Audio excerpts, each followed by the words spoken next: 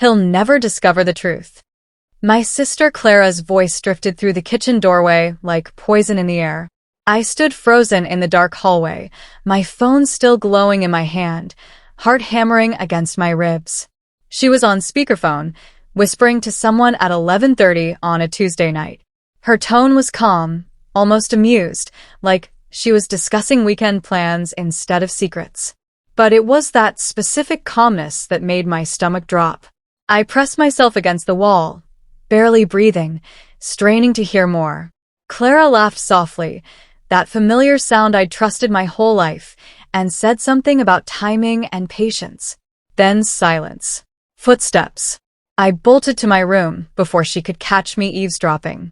My hands shook as I sat on my bed in the darkness. The words replayed in my head like a song I couldn't stop hearing. He'll never discover the truth. But who is he? And what truth was she hiding from me? Clara and I grew up sharing everything.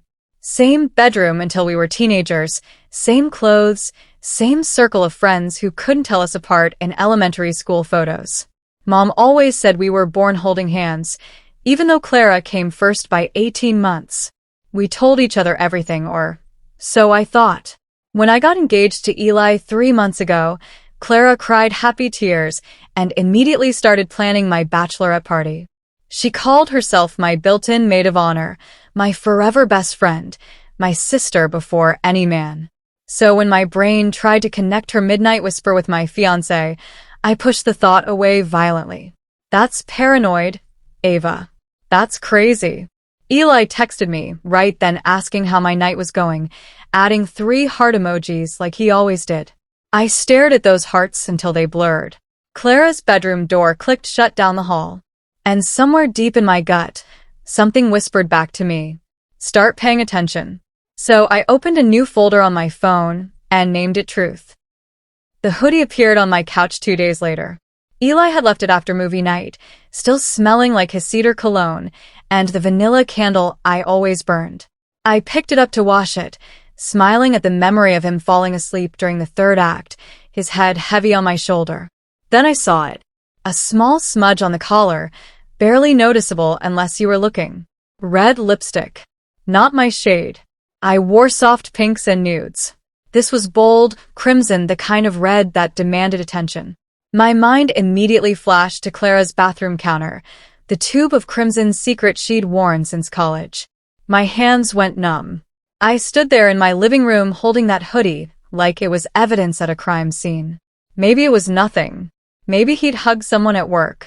Maybe I was losing my mind over a lipstick stain. But I took a photo anyway, hands shaking, before throwing the hoodie in the wash. Screenshot 1, I thought, saving it to my truth folder. Just in case I wasn't crazy after all. Clara posted an Instagram story at 9:47 on Thursday night. I almost missed it. Just 3 seconds of video. A wine glass half full of red, some romantic movie paused on a TV screen, and a man's silver watch sitting casually on a wooden coffee table. I recognized that watch immediately. Eli's grandfather had given it to him. It had a distinctive scratch on the face from when Eli dropped it hiking last summer. He never took it off. My thumb hovered over the screen. My breath caught somewhere between my lungs and throat. I hit the screenshot button, so fast my phone froze for 2 seconds. When it recovered, Clara's story had already disappeared, that 24-hour window closing like she'd planned it. But I had the proof. I stared at that image until my eyes burned. The watch. His watch. In her apartment. While he'd texted me hours earlier saying he was working late at the office. I didn't cry. I didn't call him. I just saved the screenshot and waited. Because silence, I was learning, was the sharpest weapon I owned. Sunday dinner at Mom's house felt like acting in a play where everyone knew their lines except me. Clara brought homemade bread, hugging me too tight when she arrived. Eli showed up 20 minutes late, apologizing about traffic, kissing my cheek with lips that felt like a stranger's. We sat around Mom's oak table like we had 1,000 times before. Pass the salt. How's work? Did you see that funny video? Every word sounded rehearsed, every laugh just slightly too loud. I watched them carefully, these 2 people I loved most in the world besides Mom. Clara met Eli's eyes twice across the table. Both times they looked away too quickly. Eli squeezed my hand under the table, his palms sweaty against mine. I smiled and squeezed back, playing my part perfectly. Under the table, my other hand held my phone, voice recorder running in my pocket. Every awkward pause, every forced joke, every second of their performance was being saved to my cloud. And when Clara reached for the butter, I saw it. The same red lipstick, freshly applied. Crimson's secret. Right there at my mother's table. I decided to test them. Tuesday afternoon, I called Clara crying, my voice shaking with fake panic. I told her I thought Eli was cheating on me with someone from his office. I needed my sister, I said. I needed advice. Her reaction told me everything. There was a pause, just 2 seconds too long before she responded. Her voice came out higher than normal, tight with something that wasn't quite sympathy. Ava, you're overthinking. You always do that. Eli loves you. Why would you even think that? But her tone cracked on the word always, like glass breaking under pressure. I apologized, said she was probably right, thanked her for talking me down. We met for coffee an hour later. She hugged me, told me everything would be fine, helped me laugh about my paranoia. And when she went to the bathroom, I slipped the smallest recording device I could find into the side pocket of her purse. It was voice-activated, battery-powered, and completely illegal. I didn't care anymore, because something was happening, and I needed to know what truth they were hiding. The audio file uploaded to my phone at 3:12 in the morning. I'd been lying awake in bed, Eli sleeping beside me, his breathing steady and peaceful like someone with no secrets at all. My phone buzzed. File received. I grabbed it, went to the bathroom, locked the door, and sat on the cold tile floor. My hands shook so badly, I almost dropped the phone twice before I could press play. Clara's voice came through first, annoyed and sharp. She's too trusting. She'll never figure it out. I almost feel bad. Then Eli's voice, lower, smoother, almost amused. Don't. She's the type that forgives before she understands. We'll tell her after the honeymoon. She'll be too invested by then to leave. They laughed. Both of them. Laughing about me, about my trust, about how easy I was to deceive.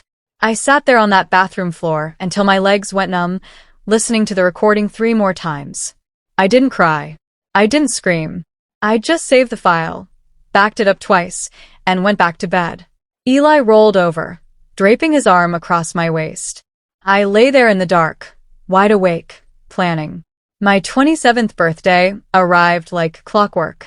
Clara baked my favorite cake, chocolate with raspberry filling, the same one she'd made every year since I turned 13.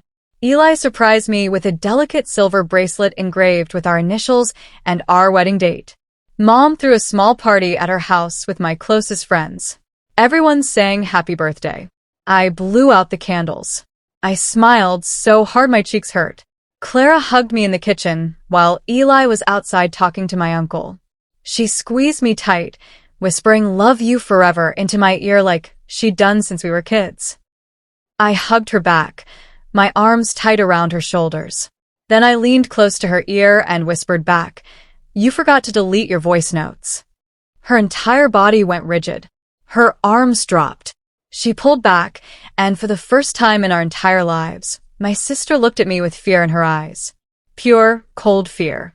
I smiled sweetly and walked away to cut the cake.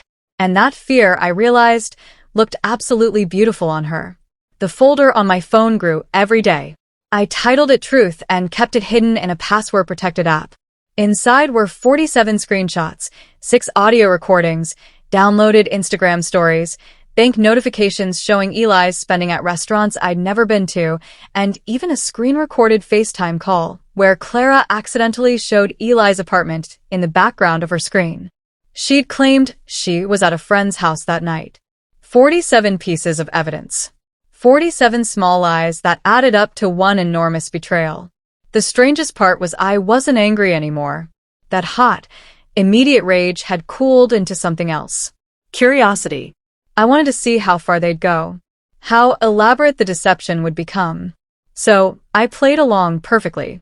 Loving fiancé, trusting sister, Meanwhile, I collected their lies like souvenirs, organizing them by date and category. Text messages, location data, photographs. I even started a timeline document, mapping out every inconsistency. Because sometimes the best trap isn't catching someone.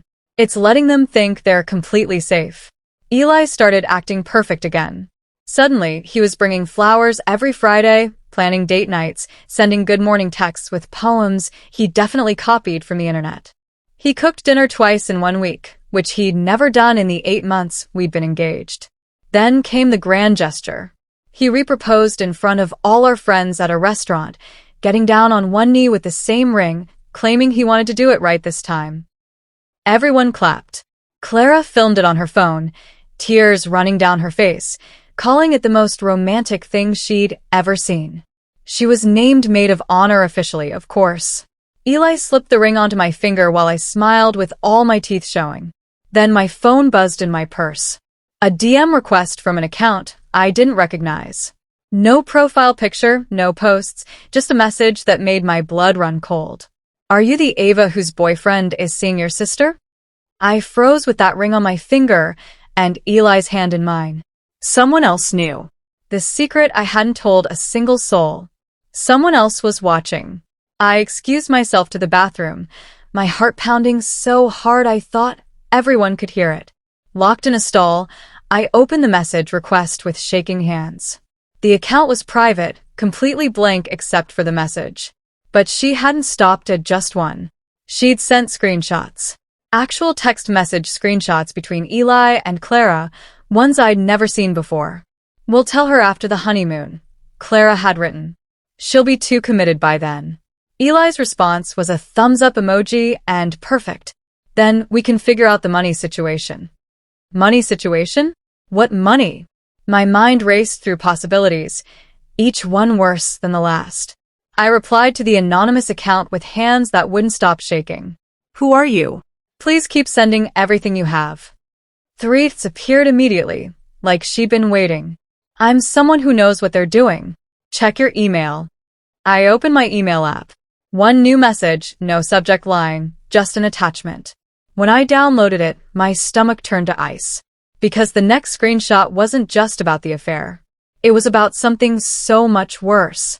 The email contained bank statements, joint savings accounts I'd never heard of, credit cards in both their names, transactions dating back 7 months, dinner reservations charged to accounts showing both Eli and Clara as authorized users, hotel rooms, weekend trips, even a down payment on something listed as investment property. They'd been planning a whole life together using money that included my name on some accounts. My hands went numb scrolling through page after page of financial evidence. They hadn't just betrayed me emotionally. They'd been stealing from me, using my credit, my name, my trust to build their secret future. I forwarded everything to my personal email, then my cloud storage, then a USB drive I kept in my car. That night I told Eli I wanted a small wedding, intimate, just close family. He agreed, so easily it almost made me laugh. But I was already working on something else.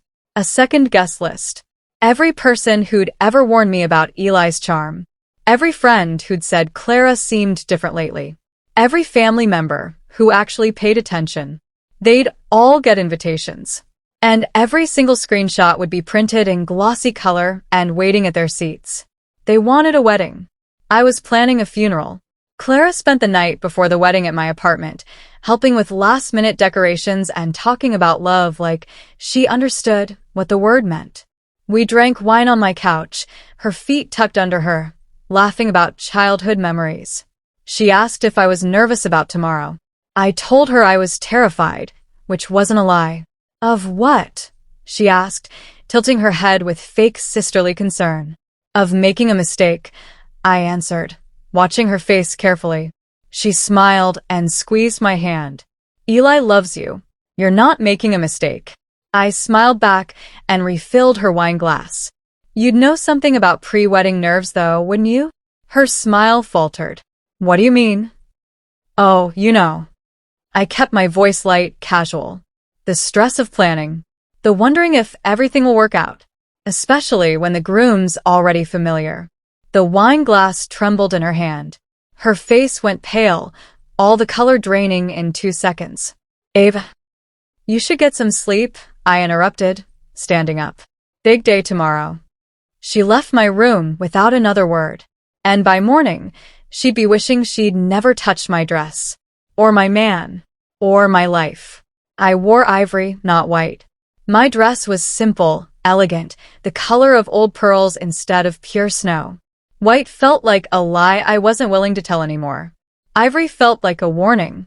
The morning sun streamed through my bedroom window while Clara helped me with my veil, her hands shaking so badly she dropped the comb twice. Mom kept crying happy tears, telling me how beautiful I looked, how perfect everything was.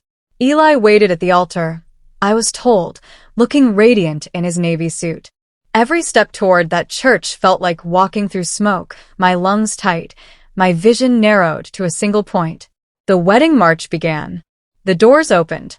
Guests turned in their seats, phones raised to record this perfect moment. Clara walked ahead of me, my maid of honor in her crimson dress. Crimson secret, I thought. How appropriate. My bouquet felt heavy in my hands, white roses mixed with eucalyptus, beautiful and traditional. But hidden in the center, wrapped in plastic, was my phone. Fully charged. Recording app ready. Because I wasn't walking down that aisle to say I do. I was walking toward the moment everything would burn down. The ceremony began exactly on schedule. Eli took my hands, his smile wide and confident. The pastor started with the traditional words about love and commitment. Clara stood beside me, dabbing her eyes with a tissue. When it was my turn to say my vows, I took a deep breath. Everyone leaned forward. I reached into my bouquet, pulled out my phone, and pressed play. Clara's voice filled the church.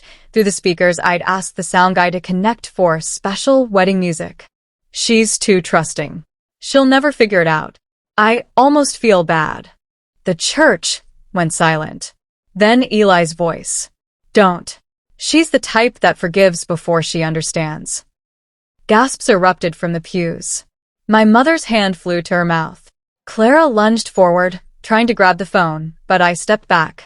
The audio kept playing. Their laughter. Their plans. Every cruel word they'd ever said about me. Broadcast to every person they'd lied to. Eli's face went from tan to gray in 3 seconds. The pastor quietly stepped aside, probably never having seen anything like this before. And I walked out before either of them could say a single word. But what they didn't know was someone in that church was recording everything. I made it halfway down the church steps before Clara caught up to me, her crimson dress flying behind her like blood in water. Ava, wait. You don't understand. Her voice was desperate, cracking. I turned slowly. Behind her, Eli stood frozen in the doorway, our guests pouring out around him like water around a stone. Some were crying. Some were filming. Everyone was talking at once. I don't understand. My voice came out colder than I'd ever heard it. You're right, Clara. I didn't understand for months. But I confirmed everything. I held up my phone, the screen showing my truth folder with its 47 screenshots. Every text. Every lie. Every time you pretended to love me while planning to steal my life. Mom pushed through the crowd, tears streaming. Ava, please, let's go inside and talk. No. I looked at Clara, really looked at her. You wanted to know when I'd figure it out? The night you whispered on your phone. I was in the hallway. I heard everything. And I've been 3 steps ahead ever since. Clara's face crumpled. Eli tried to speak. I walked away while they stood there, surrounded by witnesses to their perfect crime. I didn't know someone had filmed the entire thing and was already uploading it. By midnight, the video had 2.4 million views. I watched the number climb from my hotel room, still in my ivory dress, mascara probably ruined, eating Chinese takeout straight from the container. The hashtags were brutal. Sister scandal. Wedding exposure. Crimson secret. I hadn't posted it myself. Someone at the wedding had uploaded the whole ceremony to TikTok, then it spread to Twitter, Instagram, Reddit. Every platform was dissecting what they were calling the most dramatic wedding in internet history. My phone wouldn't stop buzzing. Messages from friends, reporters, random people calling me their hero. But I didn't feel heroic. I felt empty and strangely calm. Clara's Instagram was deleted. Eli's LinkedIn was private. They were hiding now, the truth finally catching up. I could have asked people to take it down. I could have released a statement. Instead, I ordered more dumplings and let the video spread like wildfire. For once, I wasn't controlling the narrative. The world was seeing exactly what betrayal looked like. And when the world saw, it didn't just destroy them. It exposed something bigger I never expected. The aftermath came in waves. Clara's graphic design firm suspended her pending investigation. Eli's marketing company fired him for moral turpitude, whatever that meant legally. Mom called me 17 times on Monday alone, begging me to take down the video, even though I hadn't posted it. They made a mistake, Ava. Family forgives. But I wasn't interested in forgiveness anymore. I wanted silence and distance, and the chance to rebuild whatever part of myself they hadn't destroyed. Then the DMs started. Not from random internet strangers, but from women I'd never met. He did this to me too. 2 years ago. Your sister approached my boyfriend at a conference. Same pattern. They target engaged couples for some reason. I read 23 messages in 2 days, all saying variations of the same thing. I wasn't their first victim. I was just the first one who'd collected enough evidence to prove it. One message stood out from the others. No profile picture, anonymous email address, sent at 3 in the morning. You think this is the worst betrayal? You have no idea who helped them from the beginning. My blood went cold. There was someone else. If you enjoyed this story, make sure to like this video, comment, and smash the subscribe button. Also check out other videos on the channel. We've got more interesting stories for you. The anonymous email arrived on a Wednesday morning while I was boxing up Eli's things from my apartment. No subject line, no message in the body, just attachments. 3 folders worth. I sat on my bedroom floor surrounded by his clothes and opened the first one. Photos of Clara and Eli together, but not recent ones. These were dated from 8 months before our engagement. Before he'd even proposed. Before I'd introduced them at that family barbecue where Clara claimed she'd met him for the first time. They'd already known each other. Everything had been planned from the start. The second folder was worse. Bank records showing money transfers between accounts I recognized. My savings account. My inheritance from Dad.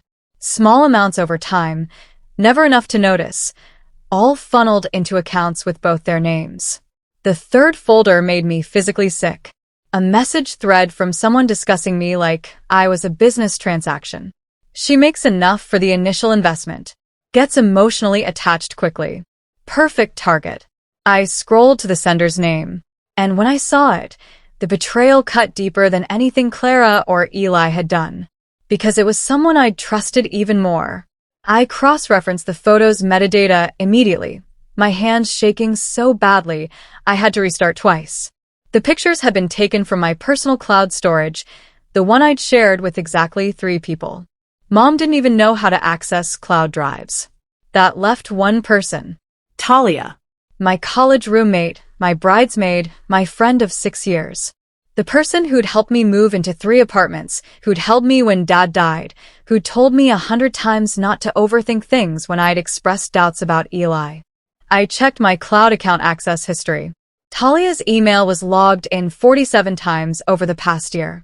Every time I'd uploaded screenshots to my truth folder, she'd seen them. She'd known everything and had been feeding information back to them. My chest felt tight like someone was standing on it. I pulled up her number in my contacts, that stupid heart emoji I'd added next to her name mocking me.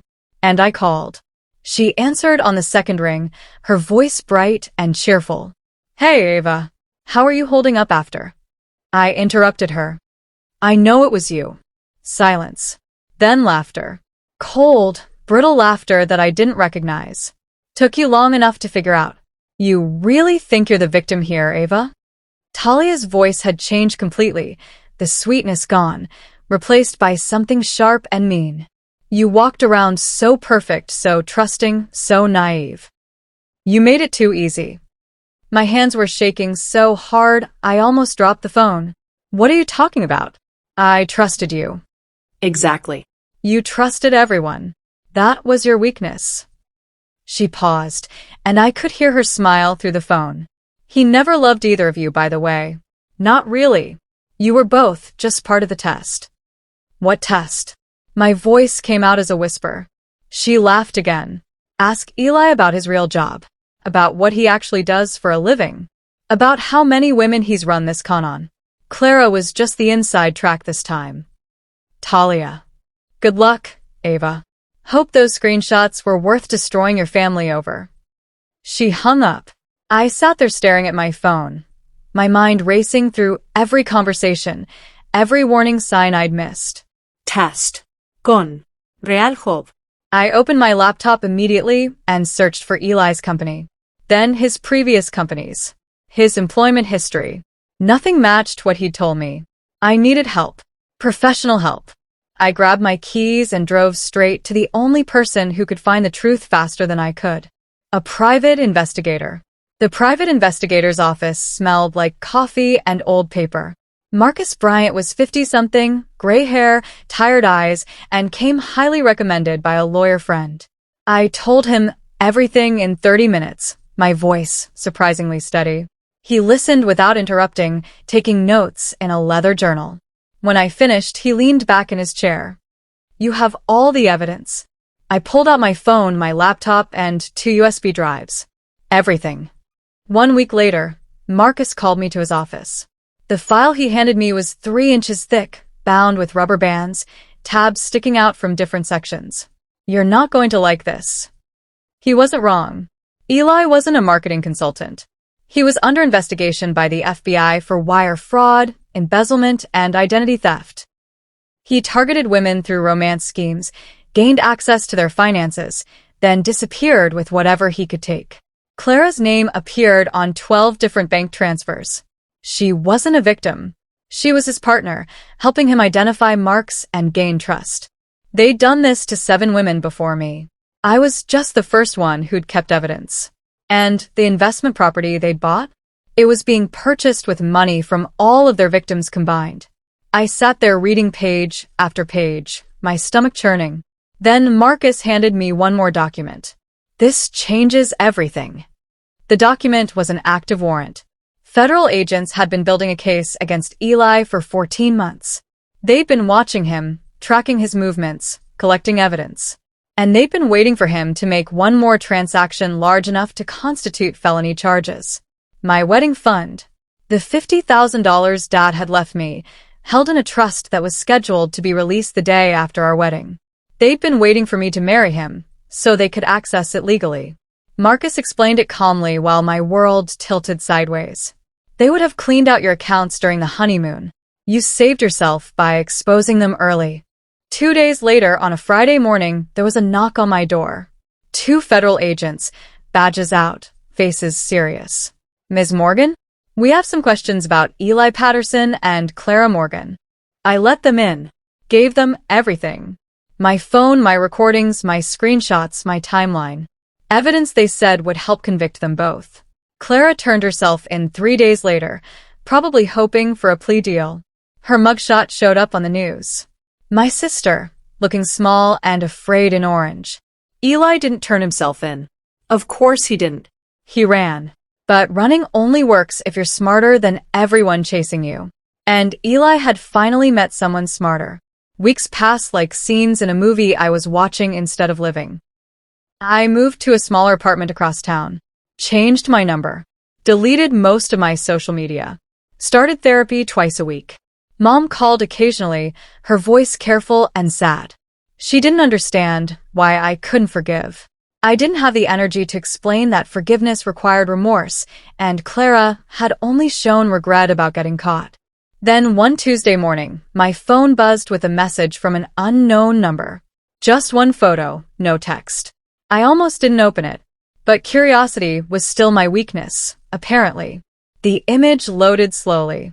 Airport security camera footage, timestamp from 3 days ago. Eli in handcuffs, 2 federal agents on either side, his face pale and shocked. Below the image, a single line of text. Guess he discovered the truth too. I stared at that photo for a long time, sitting on my balcony with coffee going cold in my hands. Then I saved it to my truth folder. Screenshot 73. The folder that had started with a lipstick stain and ended with federal arrests. I should have felt victorious. Instead, I just felt tired. But even tired, I backed up the file. Just in case.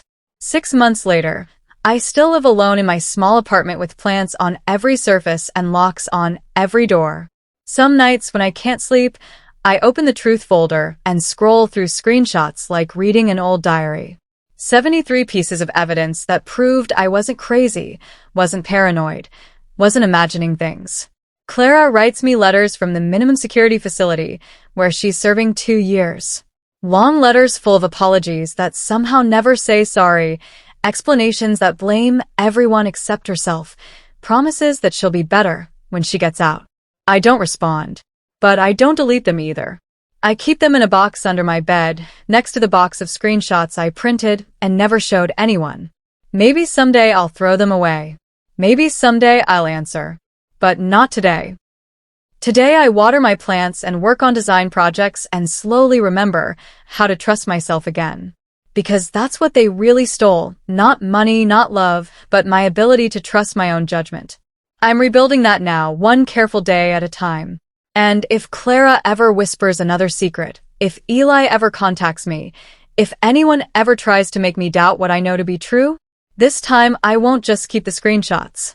I'll make sure the world hears it first.